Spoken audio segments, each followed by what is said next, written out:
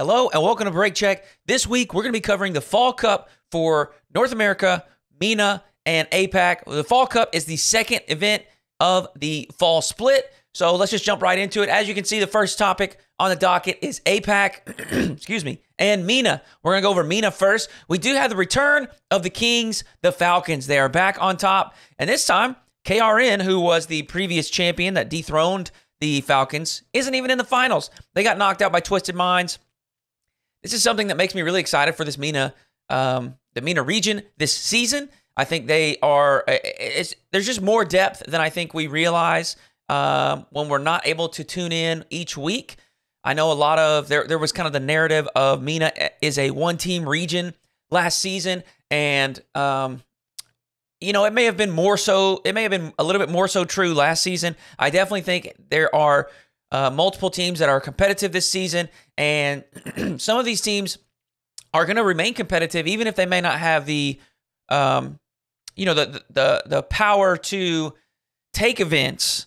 They will occasionally take games and series off of your top teams, KRN and Falcons. So definitely keep your eyes on Twisted Minds, which is last season's gosh, I cannot remember the team. I cannot remember. Maybe I can't remember the team name. I don't know what it was. Zizonix, Ams, and Mawson, I think is how I say it. Veloce is another team to watch out for. SMW, Senzo, Basil. GK has been good as well. Impressive Twiz. And Tellum. I'm not sure if that's correct or not. Either way, keep your eyes on this MENA region. We got Falcons in first, Twisted Minds second, KRN and GK in fourth. We got Veloce, Arrows, Nobles, and Ketchup coming in that fifth to eighth spot. If we scroll down a little bit, we can take a look at how the Swiss went. KRN and Falcons, they go 3-0. GK and Twisted Minds 3-1 alongside Veloce. And then, of course, Ketchup, Arrows, Nobles, they will slot in with the 3-2 finish. You do have to feel for Anka. They got their first win, I guess, by FF. A team apparently wasn't able to play. They beat Nobles in Game 5, and they were up 2-0 over KRN in round 3. Look at this. They win Game 1, they win Game 2, and then they get reverse swept out of round 3. This would have been a top 8 qualification match. They move forward to the playoffs, and then they lose round 4.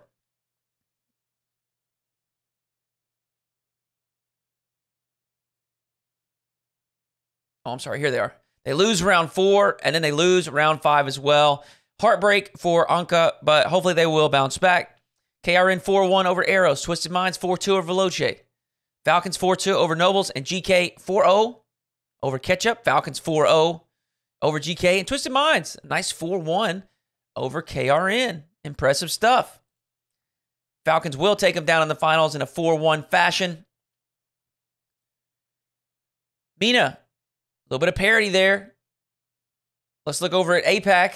Speaking of parity, there is little to none in the APAC region. Obviously, a little bit of a different structure this season, merging APAC South and APAC North. So you kind of figured that things would get a little bit more competitive, and I think it has from 2 to 5, 2 to 6, 2 to 7, 2 to 8. But 1 is James Cheese, and it seems as though 1 is going to remain James Cheese throughout the entire season.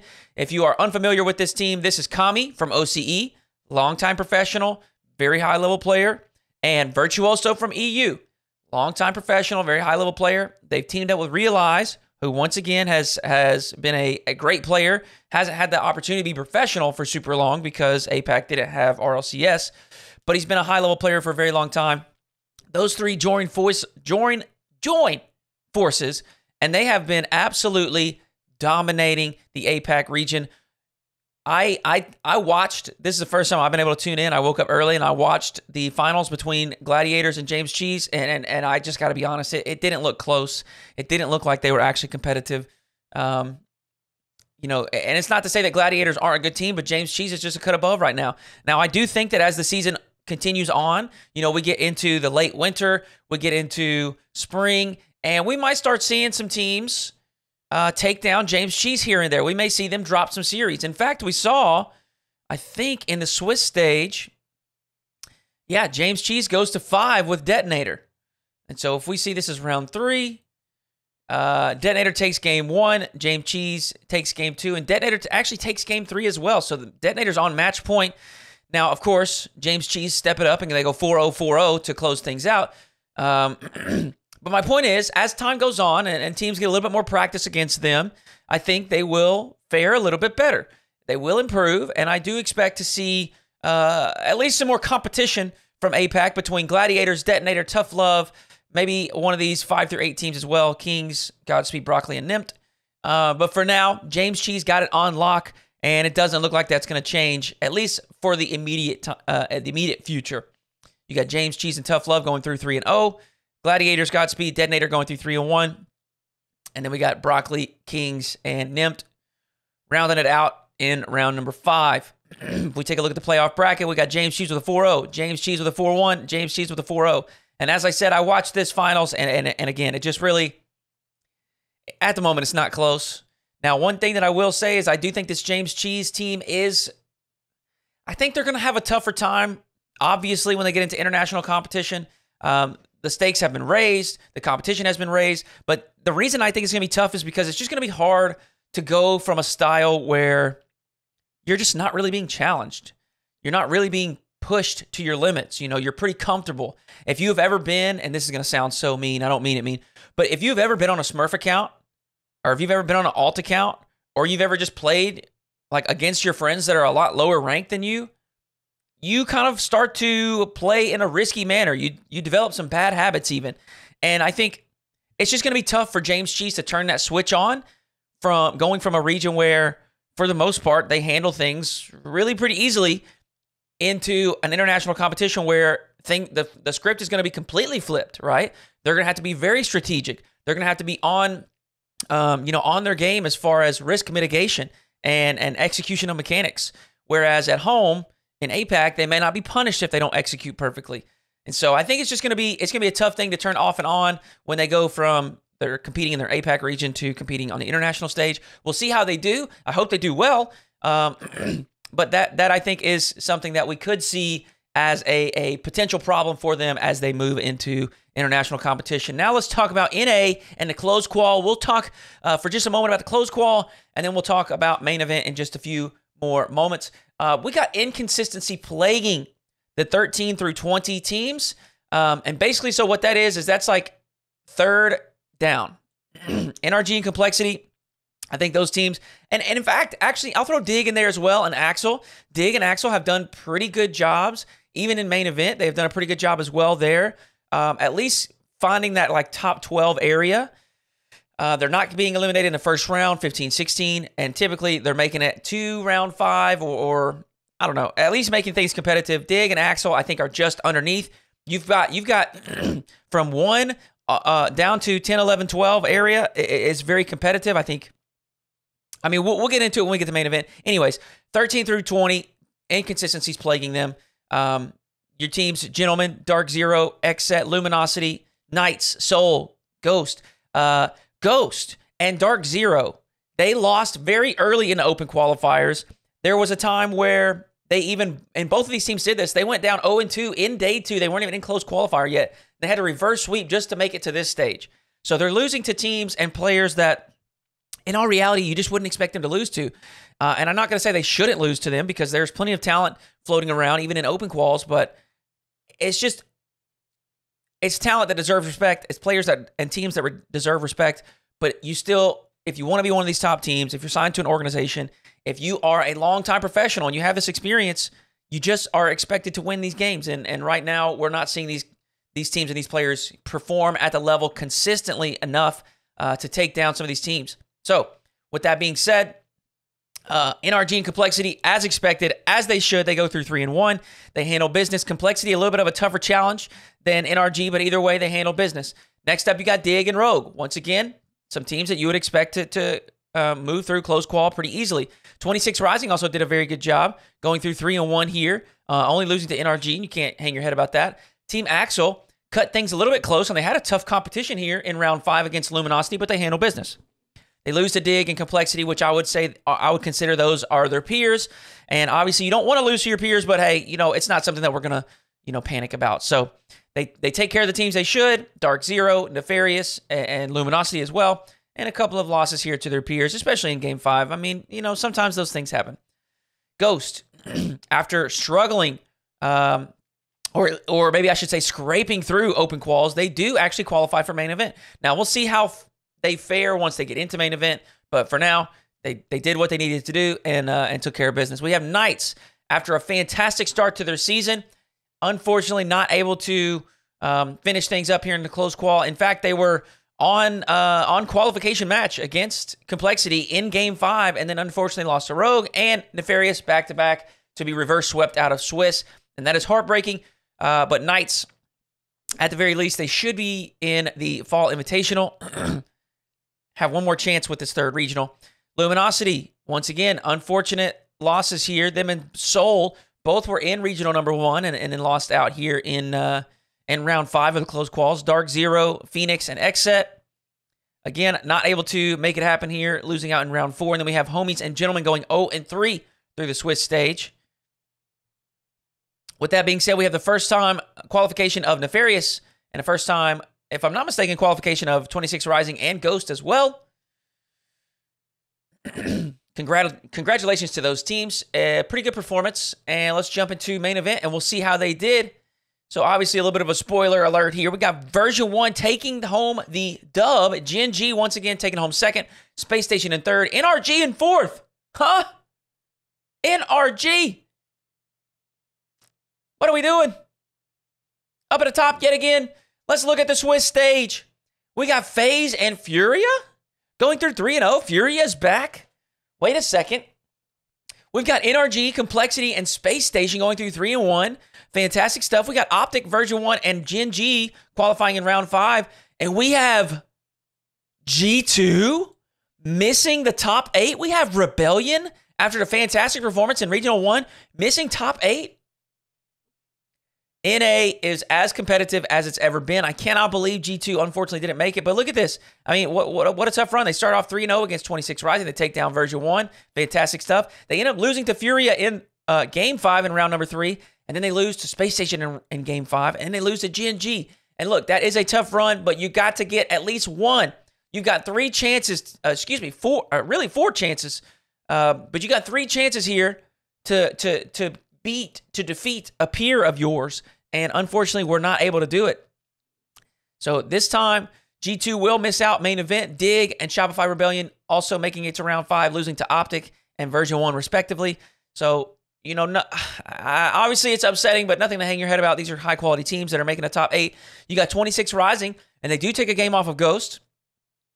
You got Flashes of Brilliance, which is Nefarious. They did get signed between close qualifier and main event.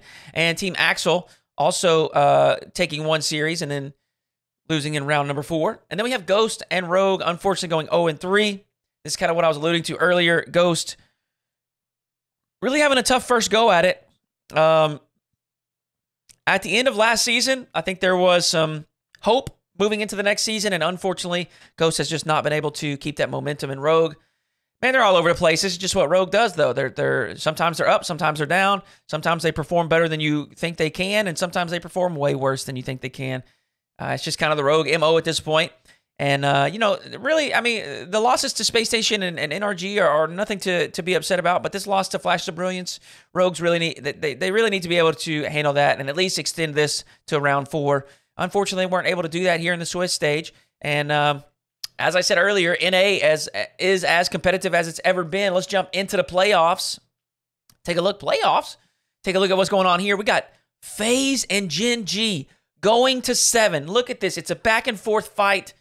Gen G taking game 1. FaZe taking 2 after that. Gen G grabbing another one to tie us up. 2-2. And then FaZe. They get their 3rd, and they go on match point. Gen G able to bounce back and take 2 straight to close it out. And I want y'all to take a look at this. 7, 7, 7. All of these series on Saturday going to 7. Space Station just barely taking down Complexity. Space Station take the first 2. Complexity take the next 2, and then they trade for the final 3. Space Station, Complexity, Space Station. It is in overtime as well. It was such a fantastic series. If you missed this weekend, you need to go back and watch it. It was so much fun to watch. Same thing here. We got V1 taking the first 2. Timeout called by Furia. They take the next 2. Timeout called by V1. Furia takes another. Furia, 3 games. They're on match point in version 1. Clutch it up. They take the final 2 in game 6 and 7. We got NRG and Optic going back and forth yet again. Optic taking game 1. NRG going 2 straight. Optic calls a timeout, and they do get 1 more. NRG takes 1. Optic takes 1. And then game 7 in overtime yet again. And NRG will come out on top. NRG bouncing back. All kinds of discussion around this team. And obviously there's been hate. There's been hope. There's been doubt. There's been everything. And, what I want to say about it is there are a lot of people that have extreme expectations for this team. And it's just it's a tough position for them to be in. It's a tough position for them to be in. I think it's hard to reach those expectations. I think it's hard to operate with those expectations and that pressure on you. I think they probably also put a lot of pressure on themselves to perform well. They have high expectations, and I understand it. They're decorated players with all kinds of achievements. They're all world champions. They are, legitimately icons within the game. A lot of the pro scene now looked up to those 3 players and were inspired by those 3 players. And, I think I'm happy to see them do well. I have my fingers crossed that they can continue to do well, and hope that they can continue to find these performances. But here's what I'm going to say. Everybody's saying NRG's back, NRG's this, I don't think they were ever gone. Obviously, they had a pretty decent run of lackluster results for that team. Okay, and look, we're looking at a top 8 in the world, right? And that's not bad at all. But for a team of NRG's caliber, I imagine that they're probably not satisfied with that. They want to do better, right? And I think it's pretty obvious that the fans are not satisfied with that. My goodness, the fans are wild sometimes. But I just got to be honest. I think it's going to be tough to be a consistent top 4 team. And that's not just for NRG. I say the same thing about Furia. I would say the same thing about Complexity or Space Station. It's just going to be tough. There are a lot of teams that are going to be able to, poke into this top 4. Last event, we didn't have NRG and we didn't have V1 in the top 4. We did have FaZe in the top 4. We did have G2, and now they're not here. You see how much parity there is in North America. And so I think NRG is still a great team. Obviously, they recently made a change with a coach, brought in Epic Johnny, let go of Sizz, made a little bit of an environment change there. And it seems as though it's paid off. But what I'm going to say is, just because NRG has a top 8 performance next event doesn't mean that they're gone. Doesn't mean that they're washed. Doesn't mean that they're trash. It's just a tough region to compete in. Things are not like they used to be. NRG is not head and shoulders above every single team. There are a lot of great players in the league and a lot of great teams in the North American region, and it's just going to be tough to have a super consistent top 4 result. I think we just have to understand as fans, whether you're a fan of Optic or NRG or Furia or FaZe or G2 or whoever, you've got to understand that if you can get a couple of top 8s and a top 4, or maybe a 9 through 12, a top 4, and then a grand finals appearance, that's a good split. That's a good result throughout that split, because ultimately these teams, what they're trying to do is they're trying to qualify for the major. And right now, NRG is in the running for that. Just a little spill there about my feelings about NRG. And I've definitely, I'm no longer always betting on them. And in fact, my prediction, I had them falling out in Swiss. I didn't even have them making round 5 because of a couple of tough matchups against V1 and Gen G in my prediction sheet. But I think I just feel bad because you hear the players talk and you hear about how much, hate they deal with and just backlash. And I just feel like we need to have a little bit more empathy as fans. Now, obviously, your predictions and everything, that's fine.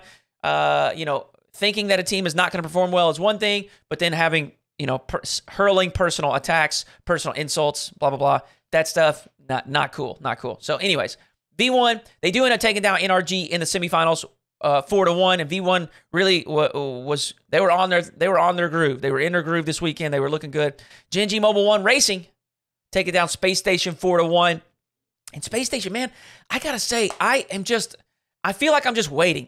Because I do believe that team has so much potential. I see moments of it where I'm just like, man, I think they could be a consistent team towards the top of NA. I think they could do it. And they've got, they got 2 top 4s here, and that's nothing to scoff at by any means, but I want to see them take that next step.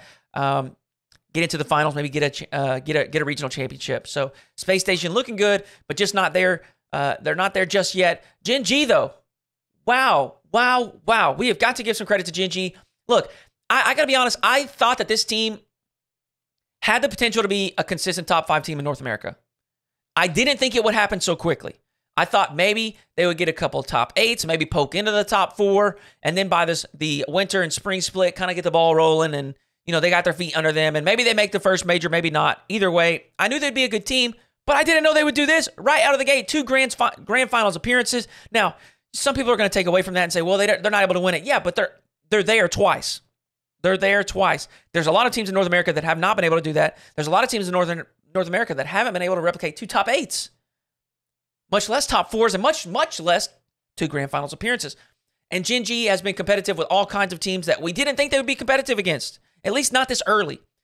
I am so surprised, and I am so thrilled because I really love what that team is. I love that it's Nolly and Jack from Europe moving over, taking a chance, uprooting their lives, and pursuing this pro play and giving themselves the best opportunities to be the best players that they can. And not only are those 2 players taking a risk, taking a chance, they took a chance on a player Chronic, very unproven. Yes, he has made it into a few regionals with a few of these other upcoming bubble level players, but he doesn't really have any experience at the top of RLCS. And they pick him up and bang, bang, bang, right into it, man, in their groove. Grand finals appearances back to back. I mean, if you're not a fan of this Gen G team, what are you doing? They're so much fun. V1 just proved to be a bit too tough, and I gotta say, I'm eating my words. I am eating my words. I have talked about this a couple times. I was very afraid with the influx of new talent that V1 would kind of be shoved down a little bit. I thought instead of being consistent top 3, top 4 in North America, I thought they would be shoved down into that 6, 7, 8 area. And lo and behold, I have been proven wrong. B-Mode does B-Mode things. That young man is a demon. He is absolutely unbelievable. The performances that he puts on in big moments is genuinely so impressive. And then I want to give a huge shout out to Com and Torment. They're players that are just, even by myself, consistently consistently underrated. And I think it kind of makes sense. It's understandable why it happens because Beast Mode is so impressive. And when that light is so bright, sometimes the other two, it's hard to shine with him. But man, are they impressive. I have really, really enjoyed watching that team find their footing, find success over the last year.